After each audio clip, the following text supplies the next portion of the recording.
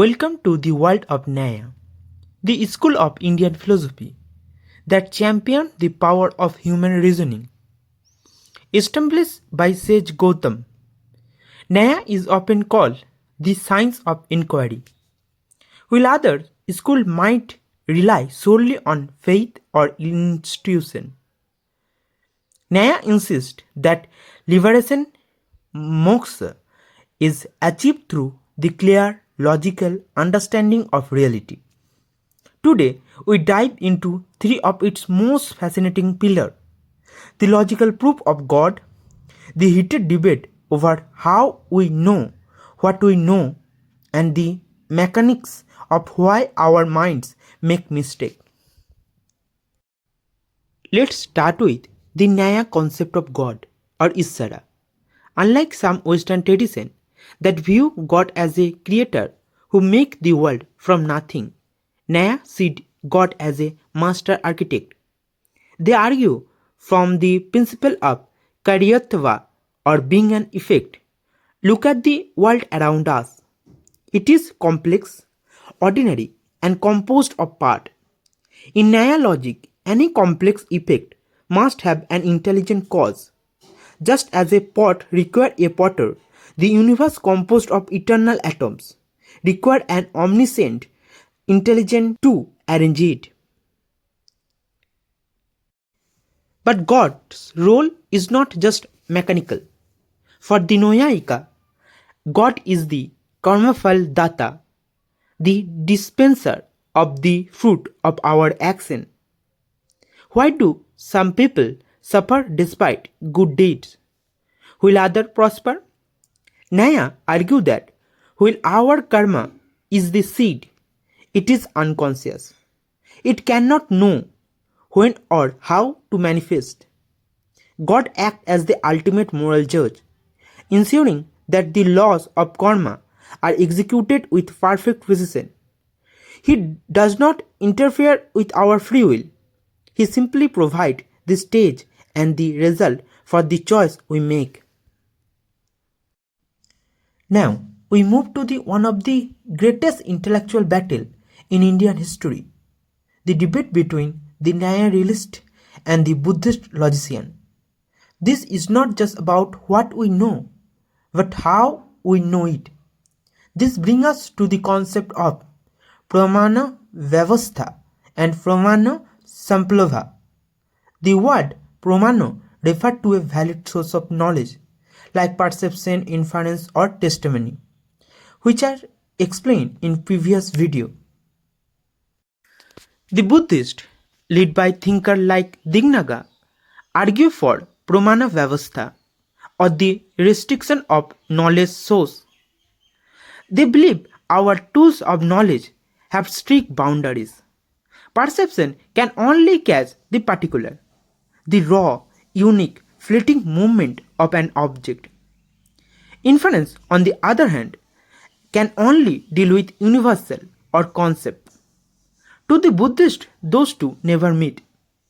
You either see the raw data or you think about the category. You can never do both to the same object. Nyaya completely disagree. They advocate Pramāṇa-Samplava, or the convergence of knowledge. They argue that human experience is a synthesis. If you see a fire, you have visual perception.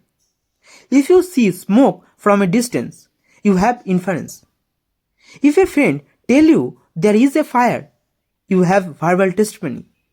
To Nyaya, those are not isolated islands. They are converging streams.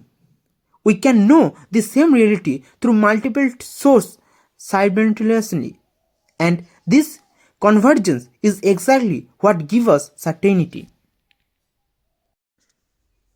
Think of it like this.